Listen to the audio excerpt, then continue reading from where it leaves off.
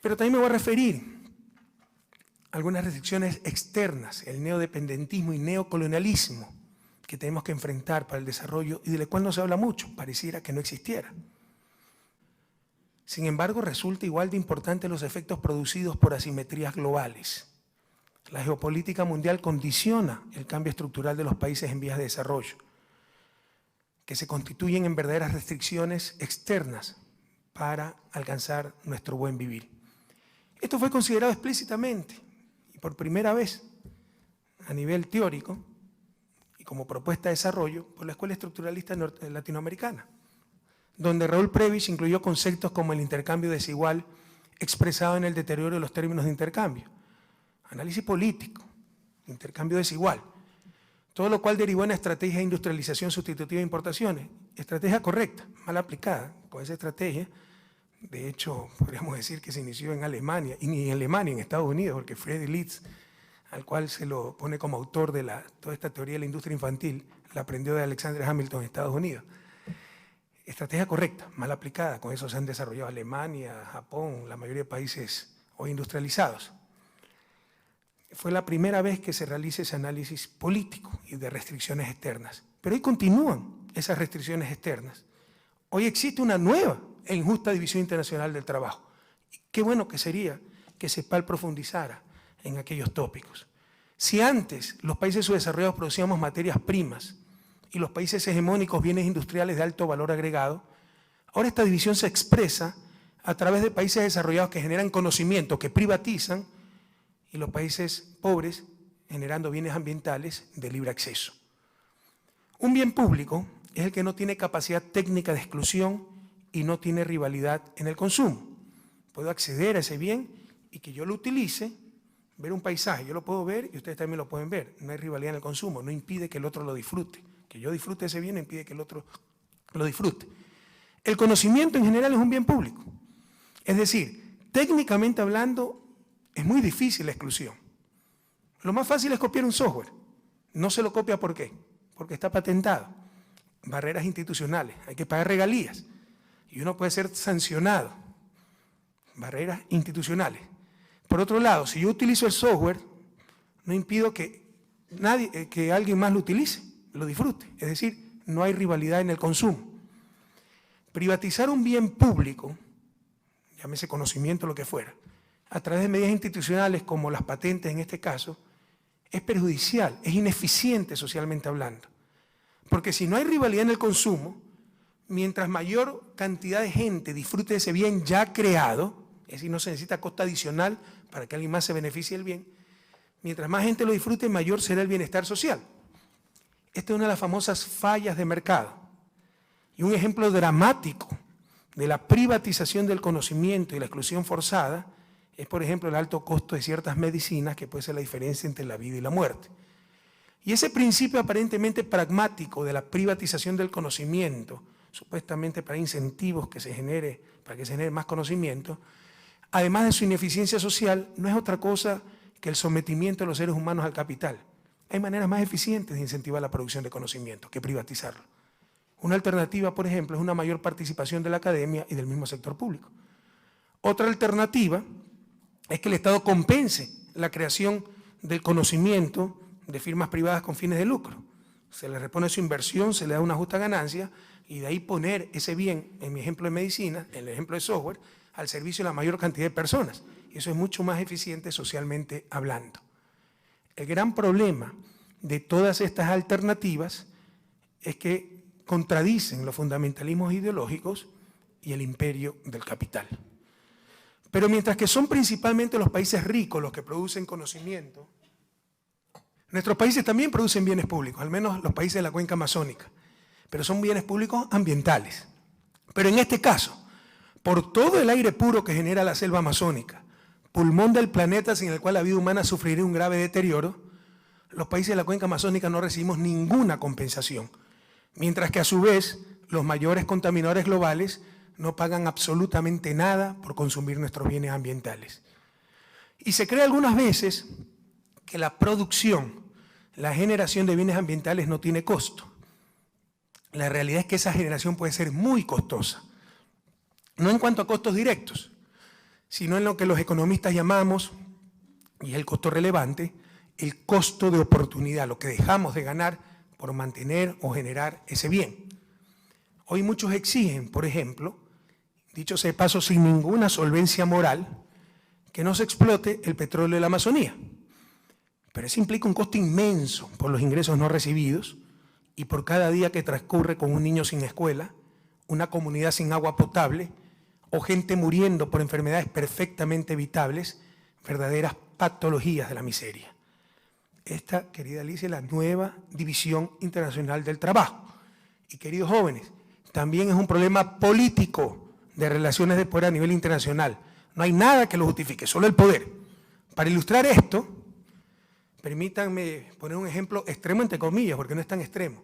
Imaginen por un momento si la situación fuera la inversa y los generadores de bienes ambientales fueran los países ricos y nuestros países fueran los contaminadores. Seguramente ya nos habrían hasta invadido, pues, para obligarnos a pagar una justa compensación, entre comillas, y todo en nombre, por supuesto, como tenía que ser, de la civilización, los derechos, etc. Solo compensando los bienes ambientales habría una redistribución del ingreso sin precedentes a nivel mundial. Pero esto es nuevamente un problema de relación de poder, esta vez a nivel planetario.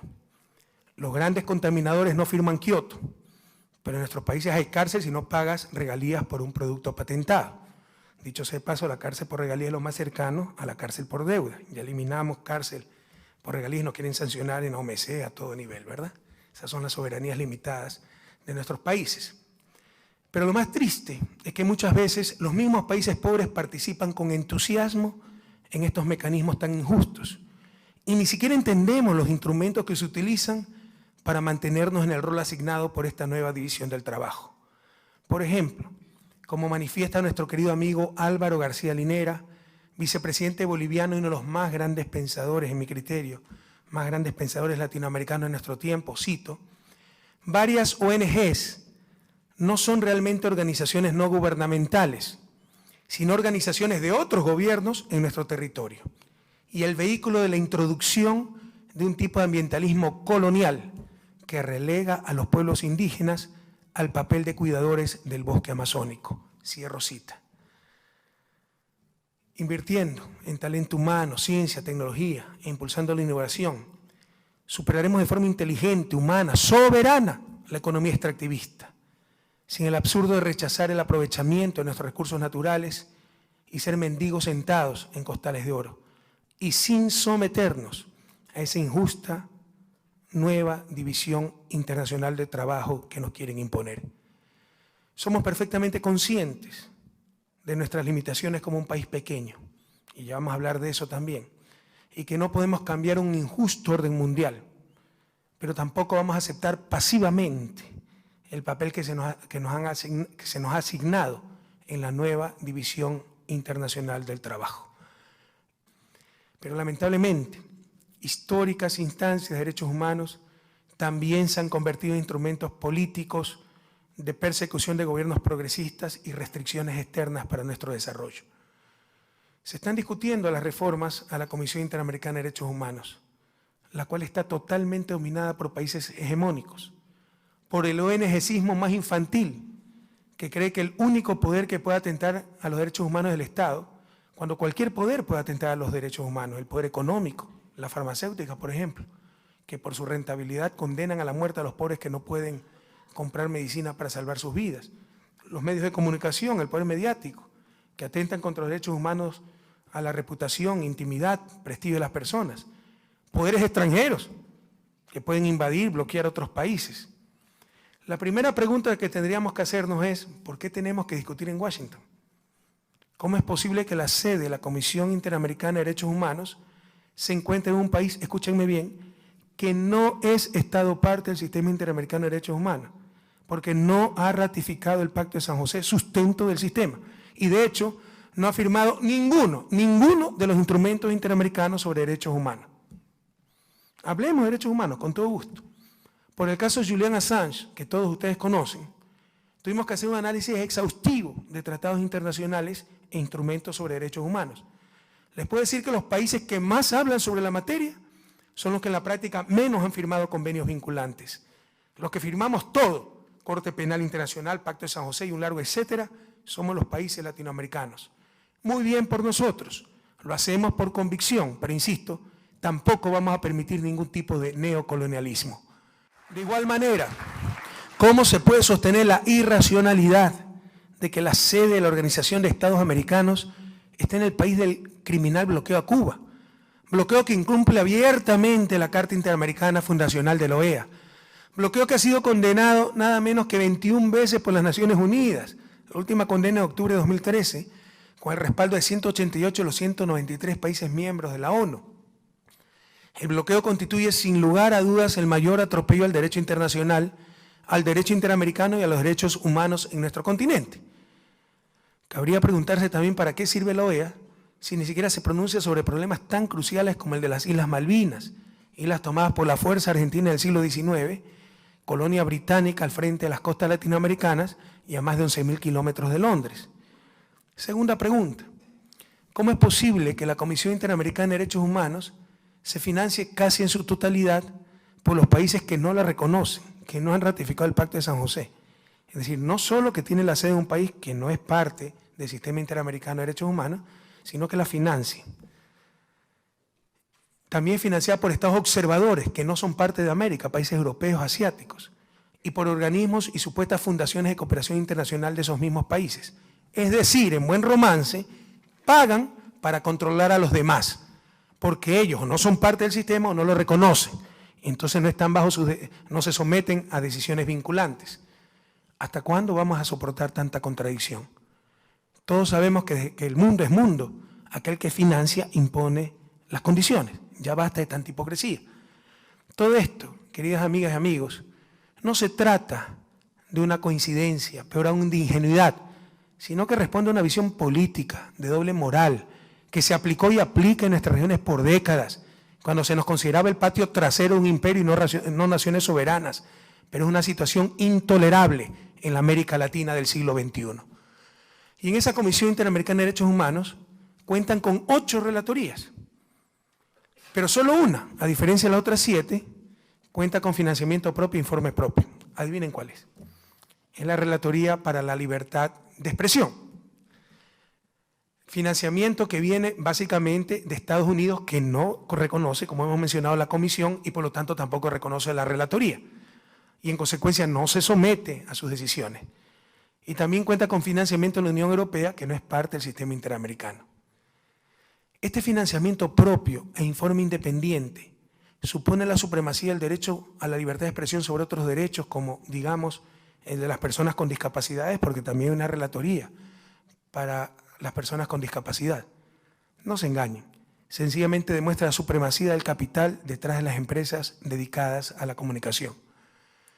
La CIDH lamentablemente se ha convertido tan solo en el eco del mayor poder fáctico mundial, superior incluso al financiero, con el cual se haya frecuentemente hermanado. Me refiero al poder mediático. Es estremecedor, queridos compañeros, pensar en la vulnerabilidad de nuestras sociedades, lo que pensamos de personas que ni conocemos. Probablemente si ustedes leen la prensa ecuatoriana, las cárceles están repletas de opositores políticos tan solo por pensar distinto. Vaya a vencer un preso político. Probablemente lo que ustedes pensaban de mí al venir al país, gran parte de las decisiones que tomamos para nuestras familias, para nuestros negocios, lo que opinamos de supuestos hechos de la vida nacional e internacional, depende de lo que nos digan o callen un puñado de medios de comunicación, que además son negocios con fines de lucro. Y por definición, si entra el conflicto del fin de lucro con el derecho a informar, prevalece este primero, por definición, si son negocios. Y aunque este es un problema planetario, en Latinoamérica, dado los monopolios de medios, su propiedad familiar, sus serias deficiencias éticas y profesionales y su descarado involucramiento en política, el problema es mucho más serio. Y es uno de los temas que más me cuesta sintetizar, porque pocas veces he visto tantas contradicciones en defensa de intereses, pero con envolturas tan bellas como el nombre de libertad. Han tenido la habilidad de identificar sus negocios dedicados a la comunicación con libertad de expresión. Y nos quieren convencer que si criticamos estos negocios, estamos en contra de la libertad de expresión. Esto es tan absurdo como decir que si criticamos al presidente, estamos en contra de la democracia. Lamentablemente todavía hay mucha gente que compra este discurso. El poder mediático es inmenso, sin legitimidad democrática. ¿Qué legitimidad tiene el haber tenido plata para comprarse una imprenta? Sometido al capital y con poderosos mecanismos de autodefensa, ya que a cualquier crítica tiene la capacidad de convertirla en atentado a la libertad de expresión. De la generación de la opinión pública pasaron a imponernos el estado de opinión. Esto no fortalece la democracia ni el Estado de Derecho, atenta contra ellos. Yo estoy convencido que una buena prensa es vital para la democracia, pero una mala prensa es mortal para esa misma democracia. Por ejemplo, cuando la defensa o acusaciones se hacen en los titulares y no en los tribunales. No importa lo que se haya propuesto en la campaña electoral y lo que el pueblo, el mandante en toda democracia haya ordenado en las urnas. Lo importante es lo que aprueben o desaprueben en sus titulares los medios de comunicación. Ese es el Estado de opinión en lugar del Estado de Derecho. Nada tiene que ver con democracia. Y al defender los intereses de estos grandes medios, no se está defendiendo la libertad de expresión, peor aún los derechos humanos. Se está defendiendo tan solo y como siempre los privilegios del gran capital. Otro caso, en cuanto a restricciones externas que enfrentamos para nuestro desarrollo, es ese atentado a la soberanía de nuestros estados, que constituyen los tratados de protección recíproca de inversiones, donde el capital tiene más derechos que los seres humanos y cualquier transnacional puede llevar a un país soberano a un arbitraje sin siquiera tener que agotar las instancias jurídicas internas, de hecho sin acudir a ninguna. Si ustedes quieren ir a instancias interamericanas de derechos humanos, primero tienen que agotar las instancias jurídicas nacionales. Pero una transnacional con estos tratados puede llevar directamente a un Estado soberano a estos centros de arbitraje donde se han dado aberraciones terribles. Estos tratados impuestos, sobre todo en los años 90, en plena noche neoliberal, aceptados por gobiernos entreguistas, son un atentado a la soberanía de nuestros países.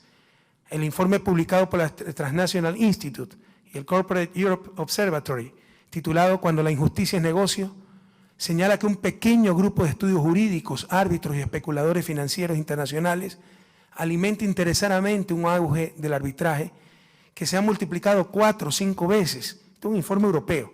Auge del arbitraje de inversiones que cuesta a los ciudadanos miles de millones de dólares e impide que se adopten leyes en beneficio del interés público. Según el estudio, un selecto grupo de abogados y árbitros internacionales, cito, se está enriqueciendo a partir de las disputas entre inversores y estados en los tribunales internacionales, cierro cita, y promueven activa y permanentemente nuevos casos y, cito nuevamente, cabildean en contra de toda reforma a favor del interés público, cierro cita. Cecilia Olivet, una de las autoras del informe, afirma que, cito, la presunta imparcialidad e independencia del arbitraje de inversiones es totalmente ilusoria. Los gobiernos tienen las manos atadas, mientras que las multinacionales se benefician. Un pequeño grupo de firmas de abogados incita a las corporaciones a demandar a gobiernos, cierro cita. La investigadora asegura, además, que un grupo de árbitros usa su influencia para garantizar que las normas del sistema no dejen de beneficiar a los inversores y las demandas contra gobiernos sigan generando millones de dólares. Los tratados significan, estos tratados de protección recíproca de inversiones significan la privatización del derecho y el despojo de la soberanía jurídica de nuestros estados. Y otro ejemplo de las restricciones externas que padecen nuestros países se refiere al Grupo de Acción Financiera más conocido como Gafi. Ustedes saben que Estados Unidos fue objeto el 11 de septiembre de 2011 de uno de los peores atentados terroristas de la historia, que cegó la vida de centenas de personas, muchas de ellas ecuatorianos migrantes. Más de 30 ecuatorianos murieron en los atentados. Como saben, luego de la referida tragedia, los Estados Unidos advirtieron que era necesario controlar el movimiento de capitales, ya que descubrieron que el financiamiento de ese cáncer llamado terrorismo se había generado desde las propias cuentas de bancos americanos y reforzaron dentro del grupo de las 7 potencias autodeclaradas las más ricas del mundo, el Grupo de Acción Financiera Internacional o Gafi, con el fin de establecer mecanismos de coordinación para que todos nuestros países tengan un adecuado control del financiamiento del terrorismo y el narcolavado. En Sudamérica estas acciones se denominaron Gafi Sud, Gafi del Sur. Esa buena intención inicial se ha convertido en un nuevo mecanismo de denominación de los países hegemónicos, ya que ahora realizan evaluaciones, entre comillas, para supuestamente determinar los países que no cumplen con los estándares de control pero son evaluaciones políticamente utilizadas contra los países, en la realidad, que no siguen las corrientes políticas de Washington y con el fin de realizar retaliaciones políticas. A nosotros el Gafi, después de establecer relaciones con Irán, nos empezó a perseguir por todos lados. Y la OCDE ha demostrado en un reciente estudio que los mismos países ricos no cumplen con estos estándares, pero son siempre los países del sur quienes están en las listas negras y grises de este organismo. Esperamos que el mundo reclame por esta doble moral y que aquellos bancos en los paraísos fiscales, muchas veces territorio de los mismos países ricos, empiecen a cumplir con el mundo. Además, ya es hora de crear mecanismos, todos estamos de acuerdo, controlar el financiamiento al terrorismo, narcolavado, etc. Pero ya es hora de crear mecanismos de controles internacionales legítimos, por medio, por ejemplo, de las Naciones Unidas, no por medio de 7 naciones, por respetables que sean, que se autodenominaron los árbitros del mundo. Y quizás el ejemplo más emblemático de dobles estándares internacionales, fruto de la simetría de la que son víctimas nuestros países, sea el caso Chevron Texaco, multinacional petrolera que destruyó la selva ecuatoriana y que después de 20 años de litigio fue condenada por tribunales ecuatorianos en un juicio puesto por las comunidades amazónicas, es decir, un juicio entre privados. 10 años se pasó Chevron Texaco luchando para que no se le enjuicie en Nueva York, sino en cortes ecuatorianas, y luego, cuando vio que iba a perder el juicio, se ha pasado los últimos años destrozando o tratando de destrozar esas mismas cortes de Ecuador. Con su prepotencia y su poder corrupto y corruptor, para evitar su responsabilidad, la petrolera Chevron Texaco ha llevado al Estado ecuatoriano al Tribunal Arbitral de La Haya en el marco del Tratado de Protección Recíproca de Inversiones firmado con Estados Unidos. Y el tribunal se ha declarado competente para tratar el caso, pese a que no es un juicio entre Estado y transnacional, sino un juicio entre privados, lo cual no es materia de arbitraje. Y no obstante que Texaco dejó de operar en Ecuador en 1972, fue comprada a inicio del siglo XXI por Chevron, pero Texaco dejó de operar en Ecuador en 1922 y el tratado con Estados Unidos de 1997. Es decir, aplican retroactivamente el tratado, violando principios universales del derecho. Ya nada sorprende en una institucionalidad internacional que no está en función de la justicia, sino tan solo del más fuerte. Te invito a todos ustedes a visitar mi país e ir a la selva a meter sus manos en las piscinas tóxicas dejadas por Texaco. Esa mano, 30 años después, saldrá llena de brea, llena de residuos de petróleo. Esa es la mano sucia de Chevron. El orden mundial no es solo injusto, es inmoral. Todo está orientado a servir a los intereses de los más poderosos. Y abundan los dobles estándares. Los bienes públicos globales, producidos por los países pobres, tales como los bienes ambientales, deben ser gratuitos, mientras que los bienes públicos producidos por los países hegemónicos deben ser pagados. Nada justifica eso. Hagan las contorsiones que quieran, al final del día es solo una cuestión de poder. Y se los hace pagar por medio de imposiciones de barreras institucionales como las patentes. Si he aprendido algo en estos 7 años como presidente, es que al mundo lo domina el capital y los intereses de los países hegemónicos, que también están dominados por dicho capital. Por eso los indignados en Europa, Occupy Wall Street en Estados Unidos, porque sus ciudadanos se están dando cuenta de ese dominio. Mientras esta situación no cambie, tendremos democracias restringidas o abiertamente ficticias y falta de gobernabilidad nacional. Ustedes han hablado en la CEPAL de gobernanza de nuestros recursos naturales, y falta de gobernabilidad nacional en los países más débiles, así como falta de gobernanza a nivel mundial. Hoy se habla mucho de globalización, pero una globalización que no busca crear sociedades planetarias, sino tan solo mercados planetarios, que no busca crear ciudadanos del mundo, sino tan solo consumidores en el mundo, y que sin mecanismos de gobernanza adecuados tendrá, como efectivamente tiene, serias complicaciones. Pienso en la analogía que tiene la globalización neoliberal con el capitalismo salvaje del siglo XVIII, cuando empezó la revolución industrial, cuando los niños morían frente a las máquinas, se trabajaba 7 días, niños hasta 5 años de edad, 12, 14 horas diarias. ¿Cómo se pudo frenar tanta explotación? Con la consolidación de estados nacionales y de esta forma acción colectiva que permitió poner límite a estos abusos y distribuir de mejor manera los frutos del progreso técnico. Esa acción colectiva a nivel mundial en la globalización neoliberal no existe y se están dando excesos similares cuando para poder competir en los mercados globales, por ejemplo, se precariza la fuerza laboral, la clase trabajadora de los países más pobres. Esto se agrava con graves contradicciones. Por ejemplo, cada vez se potencia más la movilidad de mercancías, de capitales, pero se criminaliza la principal de las movilidades, la movilidad humana. Si la movilidad de capitales, mercancías, se basa en la teoría del mercado, que mientras mayor movilidad de recursos, más eficiente es el mercado, deberían permitir también la movilidad humana, pero aquello se impide, es una de las tantas inconsecuencias de la globalización neoliberal. Porque todo está en función tan solo del más fuerte, y las relaciones de poder a nivel internacional son tremendamente injustas. Y por eso considero que el gran desafío de la humanidad en el siglo XXI, que permitirá la superación de la pobreza, la superación de la crisis que enfrenta el mundo, el desarrollo para los países pobres, es una lucha política que empieza por liberar a las grandes mayorías del dominio de las élites, lograr la supremacía de los seres humanos sobre el capital, de la sociedad humana sobre el mercado y de nuestras naciones sobre los intereses de países hegemónicos y del capital transnacional. En esto último, la única forma de resistir y liberarnos del imperio del capital es con la integración. Como mencioné, separados será ese capital transnacional que nos imponga las condiciones. Unidos serán nuestros pueblos los que impongan las condiciones al capital.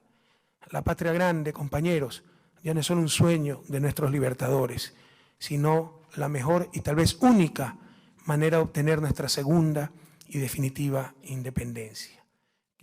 Fuimos colonia en la civilización agrario-mercantil. Somos apenas naciones neocoloniales en la civilización urbano-industrial. Y en la nueva civilización que emerge, amenaza con continuar nuestra dependencia. Compatriotas de la patria grande, las restricciones externas también son fundamentales para el desarrollo y está uno de los grandes desafíos, con la integración, obtener nuestra segunda y definitiva independencia. Muchísimas gracias.